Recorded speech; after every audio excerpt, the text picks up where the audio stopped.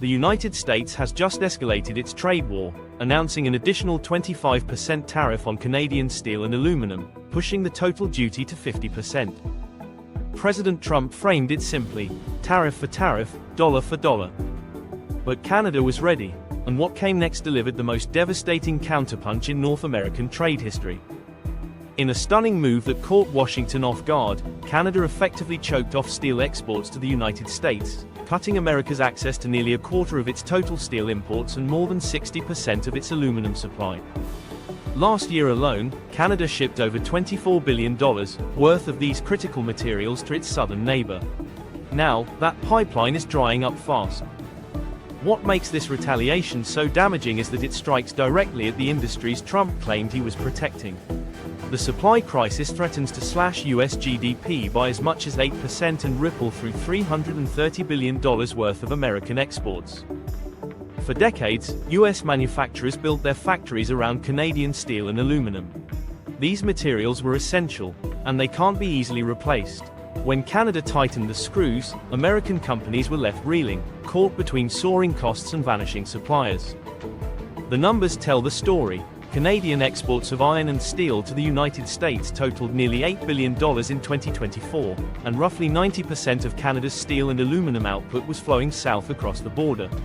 Trump's team badly underestimated how dependent American industry had become on its northern partner. The escalation itself began with something small, Ontario's new electricity tax affecting 3 US states. What seemed like a minor dispute spiraled quickly. Trump's response was to threaten sweeping tariffs, 25% on Canadian steel and aluminum, plus another 25% on all Canadian goods. If implemented, those tariffs would have crippled supply chains across America, making Canadian materials prohibitively expensive. That's when Ottawa struck back. Canada didn't just negotiate quietly or complain, it delivered a calculated blow. US companies soon faced contract cancellations and collapsing business relationships that had taken decades to build. On the Canadian side, the economic hit was painful but concentrated. Steel and aluminum account for about 0.5% of national GDP, but in provinces like Quebec and Ontario, those industries are lifelines. That gave political leaders such as Premier Doug Ford and Prime Minister Mark Carney powerful incentives to escalate the fight. Ford pressed for tougher retaliation, while Carney used his background as a central banker to craft a strategy that maximized Canada's leverage. Meanwhile, the US-Canada economic relationship revealed just how deeply the two countries are tied together. In some provinces, exports to the US account for up to a third of local GDP. This level of integration meant that any trade war would hurt both sides, but Canada calculated that it could inflict sharper pain in key American industries and states. Ottawa's retaliation was surgical. Instead of broad tariffs that businesses might absorb, Canada targeted products that created maximum disruption. Quotas and surcharges forced American companies to scramble for limited supplies, pushing prices higher across multiple industries. Politically, the fallout was disastrous for Trump. The tariffs were meant to show strength and bring manufacturing jobs back to the US. Instead, they created visible economic pain in swing states, as factories and suppliers complained publicly about higher costs and shrinking access to materials. The president's strategy was backfiring, and fast. For American businesses, the human cost was immediate. Companies scrambled to find new suppliers but quickly discovered they were paying far more for lower quality materials that often arrived late.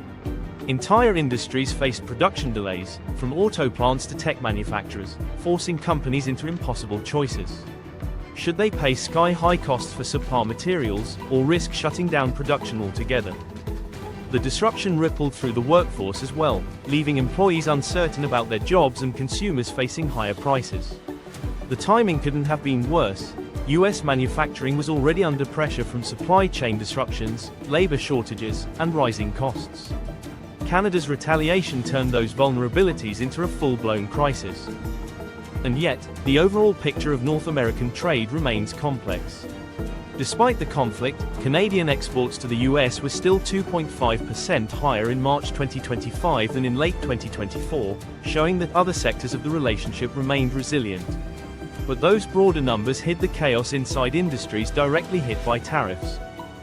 What began as Trump's attempt to shield American industry has spiraled into a trade war that is leaving both economies wounded.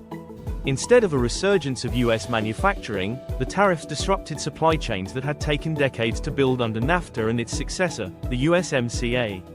Canadian steel and aluminum weren't just competing with US production, they were deeply embedded in it, impossible to replace overnight. The lesson is clear: in an interconnected economy, trade wars rarely produce winners. What was supposed to be a show of strength became a tangled mess of economic chaos, exposing just how fragile the balance is between protectionism and cooperation. The scars from this conflict may last for years, leaving both nations to reckon with the consequences of their decisions. Canada isn't just holding firm, it's reshaping the future of North American trade. This is True Estate Report. Thanks for watching, we'll see you in the next video.